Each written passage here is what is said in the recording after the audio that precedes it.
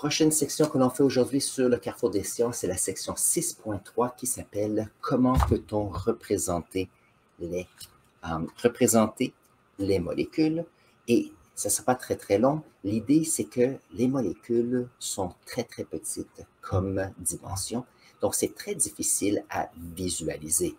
Donc, comment est-ce qu'on peut prendre des particules qui sont presque invisibles pour comprendre comment est-ce qu'ils interagissent entre eux? Donc, l'idée, c'est qu'il y a bien sûr cette idée d'utiliser des boules et des bâtonnets. Donc, je vais montrer ceci. Donc, si on regarde, ça, ce sont différentes représentations. Donc, on a ici cette idée de petites boules et de bâtonnets. Moi, j'utilise ceci dans mes salles de classe tout le temps. L'idée, c'est que si nous avons, alors souvent le noir représente le carbone, le blanc représente l'hydrogène. Nous avons ici le rouge qui souvent représente l'oxygène. Donc, lorsque nous avons ces molécules, qu'est-ce qui arrive? C'est qu'on dit qu'il y a des atomes qui vont. Prenons le méthane ici. Le méthane, c'est toujours très bien. On a le carbone qui est dans le centre. Le carbone va partager ses 4 électrons avec un électron de chacun des hydrogènes ici. Donc, on se retrouve avec une représentation en 3 dimensions de ce qu'est cette molécule. Maintenant, on considère seulement les noyaux ici, et dans les noyaux, ici, on partage des électrons. Si nous avons, par exemple, je ne sais pas s'il y a un exemple de sel, je ne vois pas d'exemple de sel ici. Mais l'idée, c'est que si c'est le sel, à ce moment-là, on a un bâtonnet lorsqu'il y a un électron qui est donné ou reçu. Cette façon de représenter, on l'utilise souvent. C'est quelque chose que l'on pouvait faire il y a plusieurs années. Maintenant, avec les ordinateurs, on a pu jouer un peu avec ces modèles. Ça ici, avec le modèle que nous avons avec le méthane, nous avons l'atome de carbone, et on a l'hydrogène. Ici, on montre les noyaux. Par contre, nous savons que les noyaux sont entourés de niveaux d'énergie où il y a des électrons. Ça veut dire qu'un atome ne ressemble pas à ceci.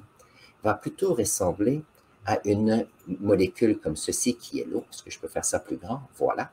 Donc ici, on a un atome qui est d'oxygène et on a nos 2 atomes qui sont d'hydrogène. Donc ici, nous savons qu'il y a les noyaux qui attirent les électrons, mais il y a ces nuages d'électrons qui sont tout autour du noyau. Et donc, cette représentation ici s'est fait beaucoup plus facilement avec les ordinateurs et c'est quelque chose qui est fantastique. Par contre, ce n'est pas évident si on veut le faire physiquement parce qu'on a tous des boules, des demi-sphères qui s'ajoutent et ce n'est pas évident. Voyons voir. J'ai vu ce matin, je regardais, je ne sais pas si je peux la trouver. Voyons voir.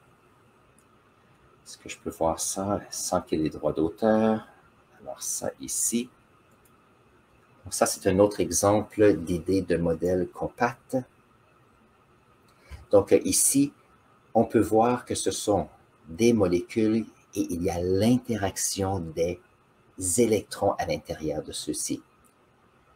Beaucoup plus, ça nous donne une idée beaucoup plus utile parce que le fait qu'on ait l'interaction des électrons, ça donne un côté beaucoup plus dense. Maintenant, ce qui est intéressant avec ceci, c'est comme si c'était un solide, mais n'oubliez pas que ce sont des nuages d'électrons et donc le noyau est très très petit dans le centre avec une influence des électrons. Donc, c'est en majorité du vide qui est ici. Donc, si on était pour avoir des particules qui passaient à travers, ceci n'est pas solide, c'est seulement la représentation des électrons. Mais tout de même, c'est quelque chose qui est intéressant comme façon de représenter, et avec les ordi et les nouvelles technologies, c'est fantastique. Alors sur ce, ça c'était une petite unité rapide de 6.3 dans le manuel. Si vous avez appris quelque chose d'intéressant aujourd'hui, n'oubliez pas de vous abonner à notre chaîne. Si vous avez des questions supplémentaires, mettez-les dans la section commentaires. Ça me fait toujours plaisir de les lire et les utiliser pour faire nos prochaines vidéos. Sur ce, prenez un instant et je vais mettre ici un lien pour une autre vidéo pour vous et on se voit dans la prochaine vidéo.